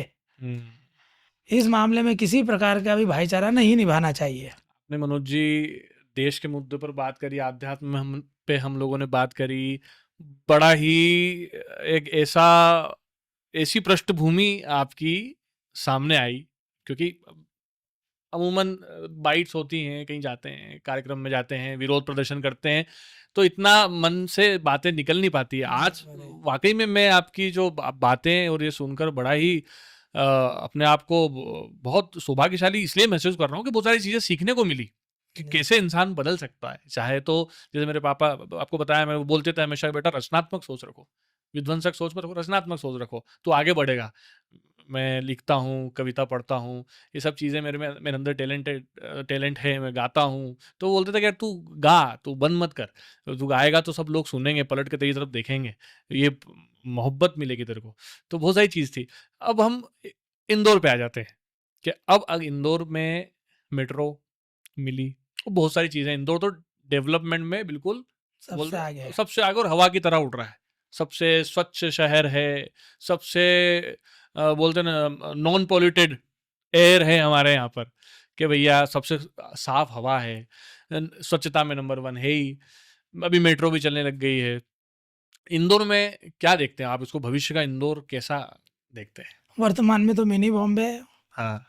औद्योगिक क्षेत्र में भी बहुत आगे बढ़ा है। हाँ। अब आने वाले समय में मेट्रोपॉलिटन वो शहर बनने वाला है, उसका नाम बहुत अच्छा अखबार में दिया गया था, जिसमें पीथमपुर को भी हमारे साथ मिलाया जा रहा है, आसपास के जिलों को भी, हमारे उज्जैन के कुछ हिस्से को हमारे मिलाया जा रहा है। शायद उसको मेट्रोपॉलिटन शहर के नाम से ऐसा माननीय मुख्यमंत्री जी ने कहा है। तो कहने का तात्पर्य यह है कि लगातार हमारे यहाँ पर विकास दर बढ़ी है, अर्थव्यवस्था बढ़ी है, रोजगार बढ़े हैं, लोगों ने हमारे यहाँ पर आकर रोजगार पाया है। मराठी क्षेत्र से हो, बिहार से हो, उत्तर प्रदेश से हो, राजस्थान से हो, यहाँ के आके कई लोगों ने आकर यहाँ पर व्यवसाय को जमाया है, एक अच्छे उद्योगपति भी बने। एक ठेला गाड़ी से लेकर एक कारखाने तक का सफ़र हमारे यहाँ पर इंदौर में बाहर के लोगों ने आके किया। मतलब इंदौर का पानी सभी के लिए फलीभूत है। हमारे यहाँ पर कहा जाता है मालो माटी, मालवा की माटी गहन गंभीर, पग पग रोटी डग डग नीर। ये माँ अहिल्या की भूमि है। इनने सबको आश्रय दिया और सबको पनपने का मौका दिया, सबको तरक्की का मौका दिया, उन्नति का मौका दिया। और इसलिए इंदौर में कभी भी अकाल की स्थिति पड़ी नहीं, क्योंकि यहाँ न्याय की मूर्ति माँ अहिल्या का स्थान है और वही इसको संचालित करती है। मैं तो ऐसा मानता हूँ। इंदौर की अगर बात करें तो इंदौर में ऐसी भी स्थिति बन जाती है। अच्छा मनोज जी, एक बात तो इस चीज में मैं तो सहमत भी हूँ कि चुनाव तो लड़ने देना चाहिए लोगों को। चुनाव भी लड़ने देता है, या तो वो विकास किया है, सब कुछ है, ठीक है भाई, ऑलरेडी 7-7 लाख वोटों से जीत रहे हो, कैंडिडेट ही कोई हाईजैक कर लिया। विचारधारा से प्रभावित होकर आ जाए तो उसमें क्या करें। कोई लड़की मंडप से उठ के आ गई तो उसमें वो उसका दूल्हे का क्या दोष है भाई। मंडप से उठ के लड़की आई तो लड़की की इच्छा है ना, फेरे पड़ने के पहले आ गई। वो लड़की की इच्छा नहीं थी उसके साथ फेरे पड़ने की, तो इसलिए वो दूल्हे को छोड़ के दूसरे उसके मनपसंद वाले दूल्हे के साथ आ गई। तो इसमें तो वो लड़की की इच्छा है, और वो लड़की वयस्क है कि नाबालिग भी नहीं है जिसपे आप केस कर सको। वो लड़की इतनी लेट क्यों आई? फार्म भरा गया, सब कुछ हो गया, कांग्रेस वाले इंतजार कर रहे हैं भाई, कैंडिडेट है, एक दिन पहले कैंडिडेट गायब। तो भाई जब जागो जब सवेरा, लड़की के मन में भाव आया कि भाई मैं जब जागो जब सवेरा, उसको लगा अक्षय बम को कि आज अच्छे भाई अब अच्छा समय है, मुझे धर्म के पाले में जाना चाहिए, मैं धर्म के साथ चले गया। इसलिए किला विजयवर्गीय जी इंदौर के जादूगर कहे जाते हैं। जादूगर वाला शब्द तो आप ही वो यूज कर रहे जादू हैं। मतलब नेता है एक कुछ भी, मतलब जादू मतलब चमत्कार कर देना कि यार ये कैसे हो गया। अब देखो, मन परिवर्तित करने का भाव तो है ना, मन परिवर्तित कर देते हैं। दूसरी चीज ये कि 9 की 9 विधानसभा सीट जो है वो जीत के आए। अजय योद्धा है वो, अजय योद्धा है। वो जहाँ जाते हैं विजय श्री दिलाते हैं। वो पश्चिम बंगाल हो, हरियाणा हो, दिल्ली हो, नागपुर हो, वे जहाँ गए उन्होंने विजय पताका फहराई है, क्योंकि उनकी विजय पताका धर्म ध्वजा है। उनका जो भाव है वो धर्म की पताका फहराने का है। उनका विचार किसी को गुलाम बनाने का नहीं है। उनका विचार है विकास, सबका विकास, सबका प्रयास और सबके साथ, सबको साथ में लेकर चलने का है, धर्म को साथ में लेकर चलने का बात है। तो है। नीचे लोग कितने अलग अलग हो जाए, ये उस खेमे से, ये उस खेमे से, लेकिन एंड टाइम पे सबको मैनेज कर लेते हैं कैलाश जी। अरे यहाँ तक कि कोई शत्रु भी मदद मांगने आए तो उसकी भी मदद कर देते हैं। उनको मालूम हो कि ये मेरे खिलाफ है और मेरी आलोचना करता है, मेरी बुराई करता है, किंतु अगर वो एंड टाइम पे मदद मांगने आ जाए तो माननीय कैलाश जी उसकी भी मदद करते हैं, उसको भी चुनाव जितवा देते हैं कि चलो लड़ो, हम बैठे हैं तुम्हारे लिए। और वोट मांगने जाते हैं, गली गली में जाके वोट मांगते हैं, और वोट मांगते वक्त ये बोलते हैं कि विकास आप मुझे देखकर वोट दो, कई बार मैं आपके काम करूंगा, सीधी बात है, ये बोल के वोट मांगते हैं वो। पिछले विधानसभा चुनाव में ऐसा हुआ भी। और आप जो इंगित करना चाह रहे हैं बिल्कुल मैं समझ रहा हूँ। कई विधानसभाओं में कई विधानसभाओं जहाँ पे उन्होंने बोला नहीं मुझे वो देख के वोट दो, ये जो भी बोलते हैं कोई दिक्कत वाली बात नहीं, पार्टी को वोट दो, और पार्टी को वो जिता के वहां से, ऐसी स्थिति में जहाँ पर लोग बोल रहे थे कि पार्टी जीतेगी नहीं, उस विधानसभा क्षेत्र से वो जिता के लाए। बहुत ही उनका ये बात तो माने। 1 नंबर में उषा दीदी का टिकट काट दिया गया था और सुदर्शन जी को टिकट दे दिया था। तो उषा दीदी निर्दलीय भरने गई थी वहाँ। किन्ने मनाया था साहब? कैलाश जी ने। क्या सुदर्शन गुप्ता क्या उनके समर्थक थे जो मनाया था? नहीं, उनको मालूम है ये जो भी है हमारी पार्टी का, भले बेचारी वैसे ही महू में हुआ। और हाँ, जाके बोले आप मुझे देख के वोट दीजिए। वो मदद करते हैं, सबकी मदद करते हैं, सबकी मदद करते हैं। वो उनका शत्रु भी उनसे मदद मांगने आए तो उसकी हेल्प करते हैं, उनका ये स्वभाव है, इसलिए हम उनके जो है अनुयायी है या उनके समर्थक कहलाते हैं। हाँ, तो अगला प्रश्न जो है वो यही आ रहा था कि देश के अंदर कौन सा एक ऐसा नेता है जिसको आप, मैं इंदौर का अलग पूछूंगा, देश के अंदर कौन सा ऐसा नेता है जिसको आप आदर्श मानते हैं? आदरणीय नरेंद्र जी मोदी, इनसे बढ़िया नेता क्या होगा। उनको आदर्श मान के ही हम चलेंगे।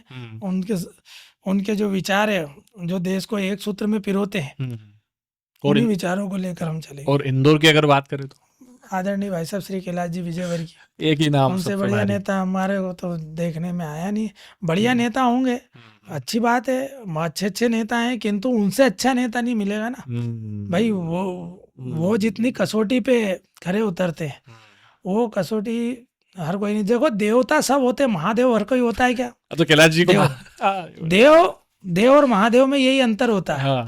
देवता स्वर्णों का श्रृंगार करते हैं, चांदी का श्रृंगार करते हैं, और महादेव काय का श्रृंगार करते हैं?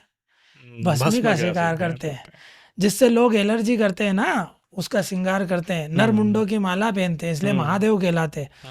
उनके लिए सभी लोग समान होते हैं, इसीलिए ये उनके विचार रहते हैं कि किसी व्यक्ति को मुख्य धारा में लाना, हमें मुख्य धारा में लेकर आने में उनका सहयोग रहा ना, हमें मुख्य धारा में लेकर आए, सहयोग रहा। भाई बिगड़े हुए को तो हर कोई बुरा कह लेगा, उसको सुधारेगा कौन? वो सुधरने के बाद दमदारी से खड़े रहना। सुधरे हुए को तो हर कोई प्रशंसा कर लेगा, भैया ये तो बहुत अच्छा आदमी, तो अच्छा है ही ना। बुरे को अच्छा कौन करेगा? उसको सुधारेगा कौन? उसको मुख्य धारा में लाएगा कौन? उसको अपने साथ बिठाने लायक बनाएगा कौन? तो भाई ये विचार भी तो होना चाहिए ना, उसकी बुराइयों को खत्म करने का भी तो विचार होना चाहिए ना, ये भाव भी तो होना चाहिए कि बुरा जो देखन में चला बुरा ना मिलिया कोई, और जो मन खोजा अपना मुझसे बुरा ना कोई। तो भाई बुराइयां अगर लोगों में ढूंढते फिरोगे तो ढेर सारी बुराइयां मिल जाएगी यार। अच्छाइयां भी तो खोजिए उसमें। इंसान बनाया, स्वामी विवेकानंद जी कहते हैं कि दुनिया में ऐसा कोई मनुष्य नहीं है जो पूरी तरह से अवगुणी हो।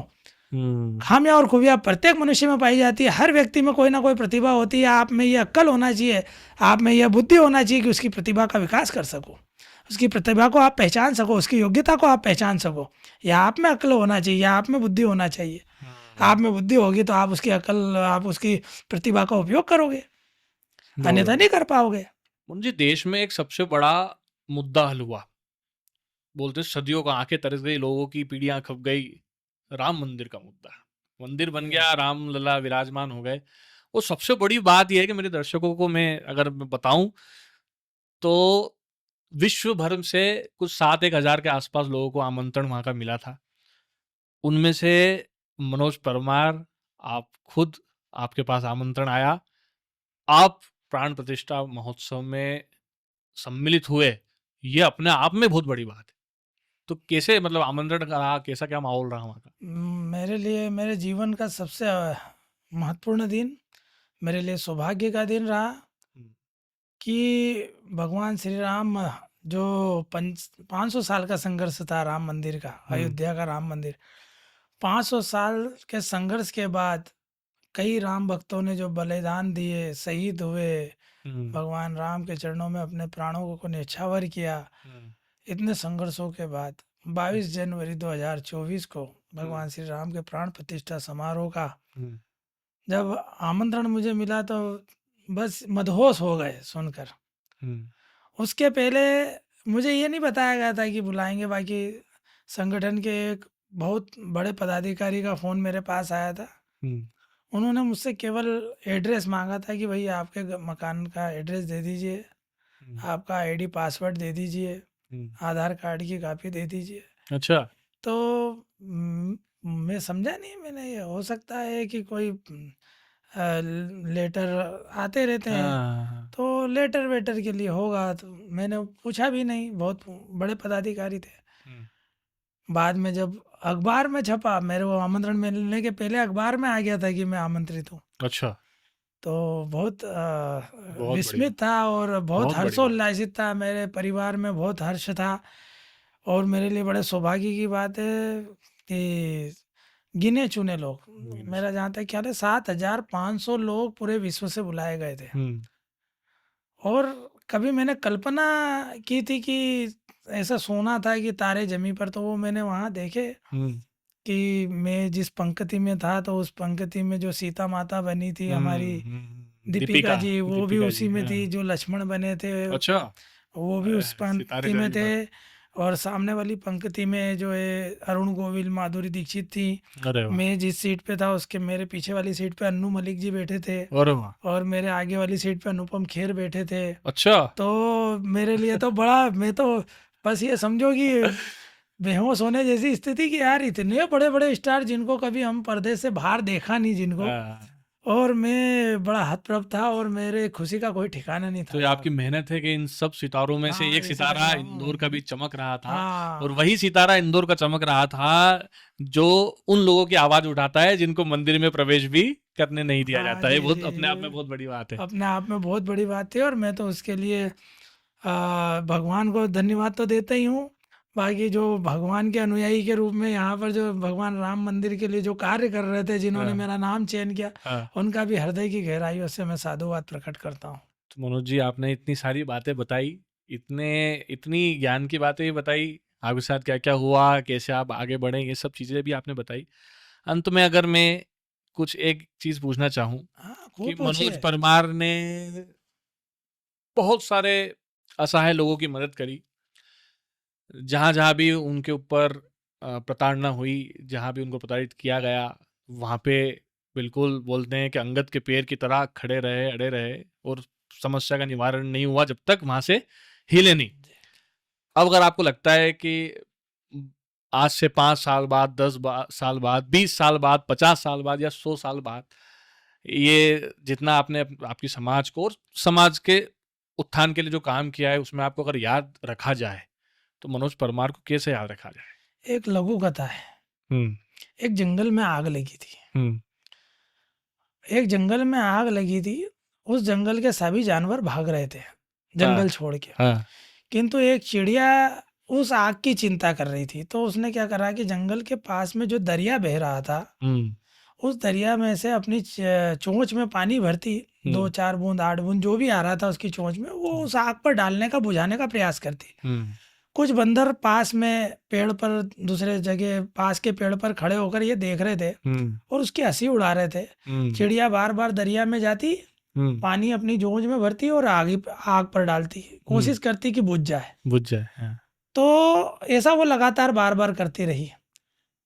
तो बंदर दोनों आपस में उसकी हंसी उड़ा रहे थे, मजाक उड़ा रहे थे, उसे हुँ, चिढ़ा रहे थे और आपस में बात भी कर रहे थे और उसे बोल रहे थे कि ये चिड़िया, तू 2-4 बूंद 8 बूंद जो पानी ला रही है, उस पानी से इस जंगल की ये भयानक आग बुझने वाली नहीं है। हुँ, तू जो ये कर्म कर रही है कि तू 2 बूंद से 4 बूंद से तू ये आग बुझाना चाहती है, ये बुझेगी नहीं। हुँ, बोले हम भाग रहे हैं, तू भी भाग। तो चिड़िया का ये कहना था कि जंगल में ये आग लगी है और इस आग का जब भी इतिहास लिखा जाएगा, तो मेरा नाम आग बुझाने वालों में लिखा जाएगा, ना कि भागने वालों में आएगा। हुँ, तो मेरा नाम जो है आग बुझाने वालों में आएगा। हुँ, इसी से संतोष है कि मैं हिंदुत्व को लेकर चल रहा हूँ, समरसता को लेकर चल रहा हूँ। मैं सनातन धर्म के जो विचार है वो लोगों तक पहुँचा रहा हूँ। हुँ, मैं अपनी समाज को धर्मांतरित होने से रोक रहा हूँ। मैं असमानता को खत्म करने का प्रयास कर रहा हूँ। मैं समानता लाने का प्रयास कर रहा हूँ।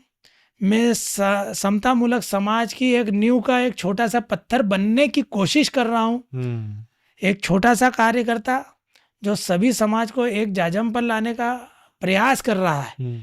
मैं उस छोटे से विचार से, छोटे से कार्य से अपने आप को संतुष्ट मानता हूँ। बहुत ही अच्छी बात आपने कही कि मतलब पूरा जो काम चल रहा है उसमें एक जरा सा निमित्त मात्र भी अगर लोग याद रखें तो बहुत बड़ी बात है।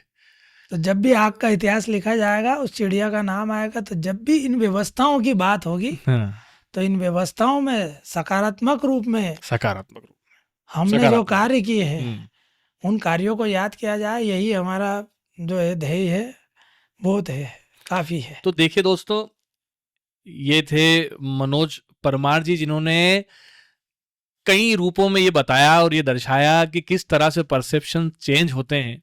कई रूपों में ये बताया कि इंसान माटी का पुतला है, अपनी गलतियों से सीखता भी है और दूसरों की गलतियों को सही करते करते अपने जीवन में किस तरह से एक ऐसा मोड़ लाता है कि लोग अगर आपको देखे तो उस भावों के साथ देखे, लोग आपको समझे तो उस भावों के साथ समझे, जिन भावों में अक्सर लोगों की मदद करना, लोगों के लिए खड़ा होना और निसहायों के लिए हमेशा खड़े रहकर अपनी समाज हो, दूसरे लोग हो या फिर हिंदुत्व का मुद्दा हो, सनातन हो, अपने आप को जिस तरह से ये सनातनी हिंदू हमेशा से कहते आए हैं, ऐसा मुद्दा हो, इस तरह का जो भाव है वो लोगों के मन में आए, लोगों के मन में हमेशा से आता आया है। किस तरह से उन्होंने अपने जीवन के बारे में, अपने कड़े संघर्षों के बारे में बताया।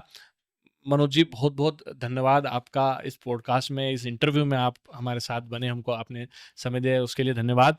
अभी तक के लिए इतना ही, फिर किसी ऐसी शख्सियत से आपको मिलाएँगे, एक ऐसी अनटोल्ड स्टोरी आपको बताएँगे, जिनके बारे में बहुत लोगों को जानना बहुत ज़रूरी है क्योंकि समाज में परसेप्शन जो है, वो बनते हैं, बिगड़ते हैं, लेकिन सबसे बड़ा परसेप्शन अगर कोई बनाता है तो वो विधाता है। अगर उसको किसी को सम्मान देना है तो वो कहीं से भी हो, जमीन में से खोद कर, पत्थरों में से जिस तरह से फूल निकलते हैं उस तरह से उसको सम्मान मिल जाता है।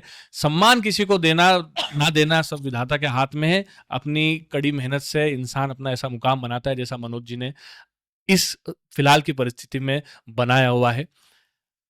जुड़े रहिए हमारे साथ पॉजिटिव एमपी में। धन्यवाद।